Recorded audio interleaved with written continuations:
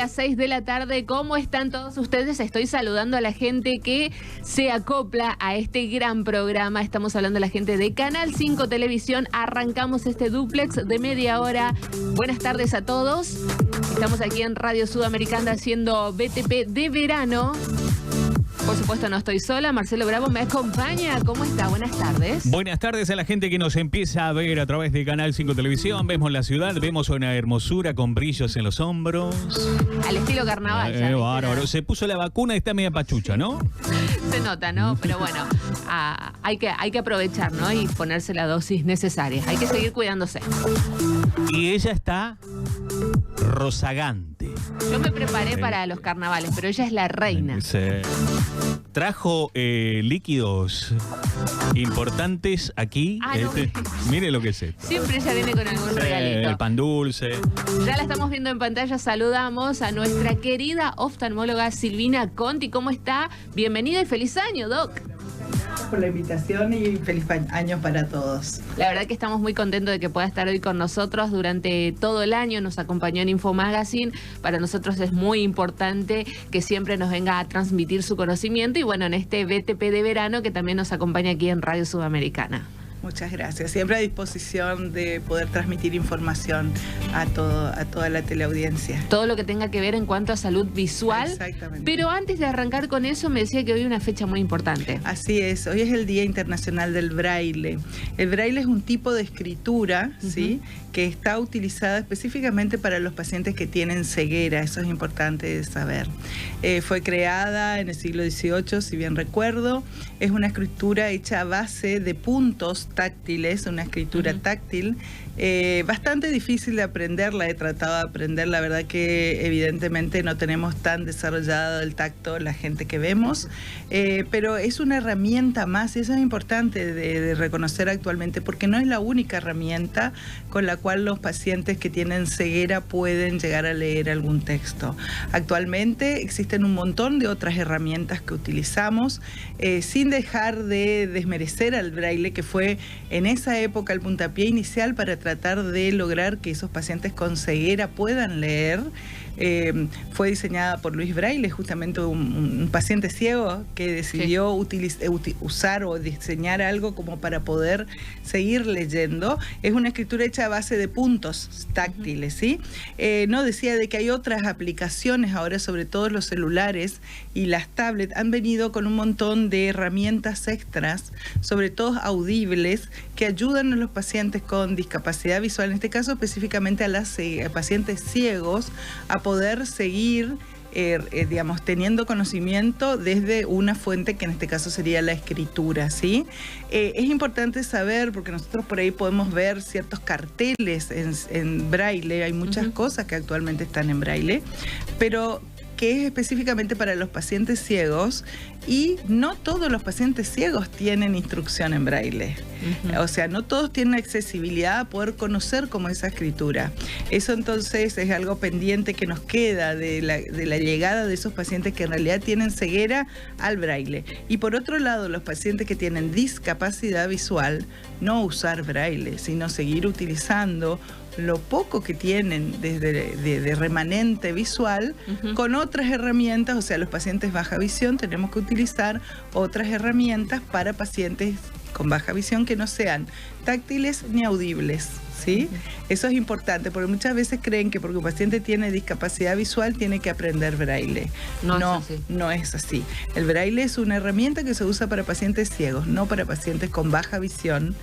Existen aproximadamente en el mundo 470.000 millones de personas con algún grado de discapacidad visual, de los cuales solo 45.000 son ciegos y los demás tienen baja visión. En realidad solo a ese grupo es que apunta el braille. En lo demás tenemos que utilizar otras herramientas que permiten al paciente seguir usando el remanente visual y eso es justamente baja visión, ya determinado por la OMS desde el año 1992. Perfecto, doctora. Llega esta altura del año, verano, donde yo escucho mucho hablar sobre la concientización de cuidar la piel del sol, pero no es solo la piel lo que hay que cuidar, también la visión. Sí, ¿Cómo se cuida? Tenemos que tener conciencia de cuidado visual en todo sentido y en todo el año, porque por ahí ahora hacemos más hincapié, porque bueno, en la época de ir a la playa o de ir a estar en piletas, pero no nos olvidemos que la cara está expuesta durante toda nuestra vida a los rayos del sol. Hay lesiones a veces en piel, por ejemplo, me ha tocado ver en estos días, que son simplemente lunares que están en ciertas zonas donde no tenemos cuidado, por ejemplo, de poner un anteojo de sol para prevenir justamente, y pueden llegar a malignizarse. Entonces siempre tener en cuenta que toda lesión en la cara, y en este caso en particular en los párpados, puede ser asiento de un proceso maligno durante el tiempo. Si aumenta de tamaño, si pica, si sangra, si va cambiando de color, si crece en volumen, consulta temprana. Puede ser el médico oftalmólogo que puede llegar a solucionarlo, o también al dermatólogo, y también, ¿por qué no?, un cirujano maxilofacial si es que tiene que retirar esa lesión. Pero lo común que nos pasa cuando vamos a la playa son lesiones tal vez un poco superficiales, por ejemplo, ojo rojo, sensación de cuerpo extraño. También podemos tener un cuerpo extraño, por ejemplo, arena, a veces conjuntivitis. Y el efecto a largo plazo de la exposición al sol, más allá que esto es superficie del ojo que estoy diciendo, puede generar cataratas y lesiones en la retina que no son reversibles. ¿Cataratas dijo que puede generar el sol? Exactamente. La exposición al sol sin tener en cuenta la utilización de los filtros correspondientes. Estamos hablando de exposición en años, ¿no? Ir a una tarde de playa, por supuesto, más que una quemadura o una queratitis, una lesión externa no nos va a generar. Pero en años, si la persona, por ejemplo, los trabajadores rurales que no tienen el cuidado de colocarse un anteojo de sol para estar todo el día expuesto a un sombrero, pueden llegar a generar, por ese exceso de exposición a los rayos solares, cataratas y lesiones de desgaste en la retina, que sí pueden comprometer la visión central y generar baja visión y discapacidad visual. ¿Por qué es importante ir a una óptica a comprar un anteojo de sol y no poder comprar esos de la calle? ¿En qué sentido nos puede dañar la vista? Exactamente. Actualmente ya estamos nosotros indicando lentes con corrección y sol. Fíjate hasta dónde estamos avanzando. Entonces el paciente no tiene la excusa de que no me pongo el anteojo de sol porque no veo bien, porque actualmente nosotros podemos prescribir el aumento del paciente con distintos sistemas, ya sea hecho en un anteojo de sol con aumento o un sistema que se llama clip-on, que es un pequeño imán que tiene el marco del anteojo. Se adquiere un anteojo de sol que tiene filtro con bloqueo de la luz UV que nos daña el ojo, y el paciente cuando va a manejar, por ejemplo, se lo coloca en la montura del anteojo que lo tiene. Por supuesto que eso, con la indicación del médico oftalmólogo en la prescripción de la corrección, va a la óptica y lo adquiere. Todas estas herramientas hacen estos anteojos de sol. Actualmente existe también una amplia gama de filtro de absorción selectiva, se llama, que son filtros, distintos vidrios que bloquean parte del espectro de luz visible que es dañino para el ojo. Hasta actualmente el único lugar donde nosotros podemos tener la certeza de que en realidad son esos filtros y no son vidrios teñidos es en una óptica certificada, como correspondería que tener a la cabeza de esa óptica un óptico que esté controlando que en realidad lo que están vendiendo son ese tipo de filtros indicados. O sea, esa utilización permanente, y no solo tener en cuenta los días de sol extremos, sino también hay otras épocas del año, tal vez no hay tanto sol, pero sin embargo el efecto de los rayos UV sigue dañando nuestros ojos. Entonces tenemos que tener una conducta de prevención. Por eso yo la verdad que elogio a los dermatólogos que han avanzado mucho más en este sentido. Nosotros los oftalmólogos todavía nos queda mucho por concientizar a la gente de la utilización del anteojo de sol, que no es coquetería, sino es prevención.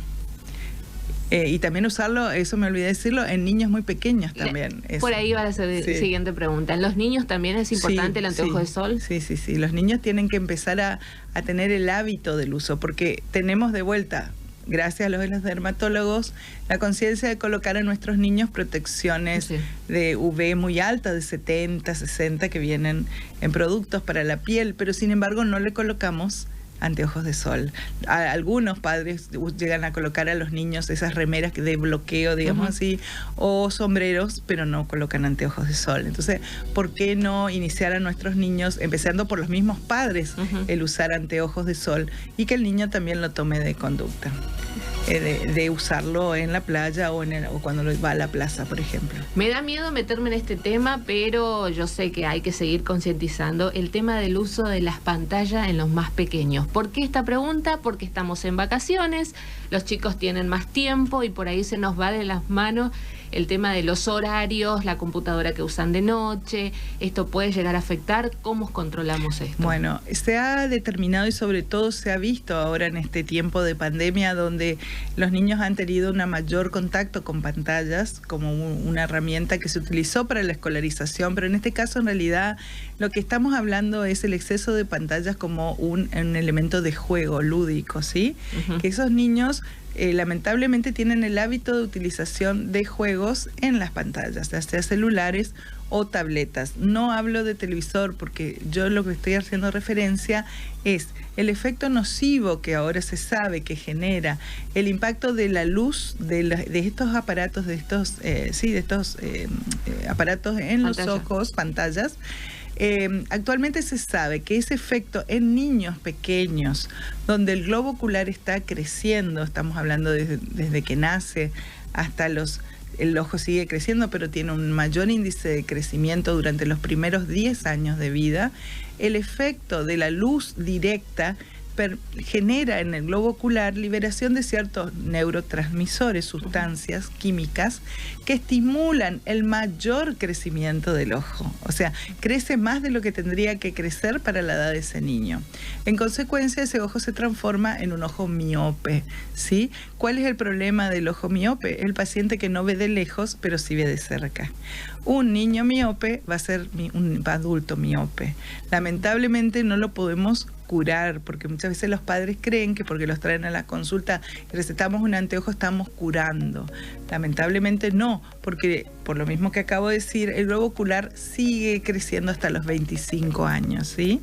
O sea, un niño que viene a la consulta a los 4 años y tiene una miopía de 4 años, lamentablemente tenemos que informar a los padres que esa miopía estadísticamente progresa por año entre 0,50 y 1 dioptría de aumento por año. O sea, mi pregunta es, ¿cuánto va a tener este niño de miopía cuando a los 25 años deje de crecer su globo ocular? De vuelta, también es importante saber que no hay un crecimiento exponencial, o sea, no es que todas las veces va a aumentar. Estadísticamente sucede eso, pero lamentablemente tenemos que informar que esto no va a retroceder, sí más bien va a aumentar. Entonces, es importante informar a los padres de que ese niño tiene que venir a la primera consulta y el control tiene que ser sí o sí cada 6 meses, justamente por la progresión de esta miopía, ¿sí? También es importante hacerles saber, porque los padres tienen que decidir con conocimiento, que lamentablemente las miopías elevadas, no estoy hablando de 0,25, miopías mayores de 10 dioptrías de aumento, terminan en un gran porcentaje en discapacidad visual. O sea, fíjense hasta dónde este uso excesivo de pantallas ha generado, como nosotros estamos hablando actualmente, una verdadera pandemia o una epidemia de miopía en población infantil. En realidad, la miopía ha dejado de ser simplemente un anteojo a un verdadero problema de salud pública, porque si nos ponemos a pensar cuánto tenemos que invertir, si vamos a números para ver si nos llega un poco más, en consultas, en anteojos, ¿no es cierto? De todo lo que implica ese niño o ese adulto que puede no ver desde el punto de vista laboral y todo lo que implica, cuánto podemos llegar a nosotros prevenir o evitar, por supuesto, tratando de evitar esa conducta de uso de pantallas. ¿Qué recomendamos más allá de las consultas? No, la utilización de pantallas tiene que ser medida, reglada. 1 hora por día después de los 6 años, según la Academia Americana de Oftalmología. Yo estoy diciendo algo muy, digamos, utópico, pero es lo que corresponde. Sobre todo actividad física en esos niños. Actividad en la playa, podemos llevarlo a la playa ahora a la noche o durante el día, el parque, correr, andar en bicicleta. Esos niños que enfocan de lejos justamente evitan la eliminación de la dopamina, que es la que estimula el crecimiento. Y el hecho de actividad física conlleva el no utilización de pantallas. Obviamente uno puede estar usando pantalla mientras anda en bicicleta, y una vida mucho más saludable, porque hay teorías que tienen que ver también con la alimentación y la miopía. Es importante saber que a pesar de que si mamá y papá tienen miopía, que me pasa por ahí, traen al chico y yo pregunto, y sí, toda la familia tiene miopía, ese niño indudablemente va a tener. Y a pesar de que mamá y papá no tengan miopía, hay un 10% de probabilidad que ese niño la tenga. Fíjense que es importante. También es importante recordar que los niños prematuros y los niños que fueron prematuros y tuvieron tratamiento con láser en sus ojos a consecuencia de la prematuridad son miopes. Entonces, más allá de los controles de fondo de ojos que esos niños reciben después que salen de la neonatología, tienen que concurrir con ese bebé para hacer seguimiento y control, porque la miopía en esos niños aparece en forma muy temprana, entre los 2 y 3 años. Así que es como... Tenemos muchas cosas por hacer, mucho por prestar atención, y eso es muy importante. El niño es control y seguimiento. No nos sirve un anteojo de hace 3 años, eso es una locura. El niño tiene que tener una consulta mínimamente, o sea, es tan importante el diagnóstico como el seguimiento. Porque yo le explico a los papás, es como la ropa, el talle de la ropa. Claro. Esto quedó, ya era cuando el niño tenía 5 años, esta miopía ahora tiene 8, el chico creció, el ojo creció, ese lente ya no nos sirve. Tiene que tener un lente nuevo para poder ver adecuadamente. Cuando habla de pantalla, ¿habla de celulares, tablet y computadora también? Sí. Sí. En realidad se refiere a la luz emitida por estos dispositivos y sobre todo a la fijación de cerca, ¿sí? No al televisor. El televisor se supone que tiene que estar a 3 metros de la cara de cualquier persona. De todas maneras, tampoco es saludable que un niño solamente se entretenga mirando televisión. Pero básicamente se vio que esto sucede por el incidir directamente la luz a corta distancia en los ojos de esos niños. Perfecto. Bravo, ¿quiere preguntar algo? No, Max, siempre es importante este tipo de recomendaciones porque, claro, uno lo va tomando como habitual, lo va tomando como algo normal, que los gurises estén con el celular, ese famoso chupete electrónico que muchos padres apelamos cuando estamos desbordados por alguna cuestión que tiene que ver con la rutina, pero no nos damos cuenta de esto que estamos viendo en pantalla, que son justamente los niños frente a dispositivos que son esos chupetes electrónicos que pueden dañar severamente la visión. Es así, Doc, ¿no? Así es. A pesar de la prescripción del anteojo, eso es importante saber porque también me pasó, hay padres que creen que porque prescribimos el anteojo, ahora sí están habilitados a usar. No. Justamente no. O sea, mantener la conducta de hábitos saludables, de actividad física, de mirar de lejos, de correr en el parque, de hacer actividad física en la playa, de llevarlos todos los días, según la Sociedad Argentina de Oftalmología Infantil, nos dice que mínimamente es bastante utópico también de poder hacer ese tipo de actividad por lo menos 1 o 2 horas por día.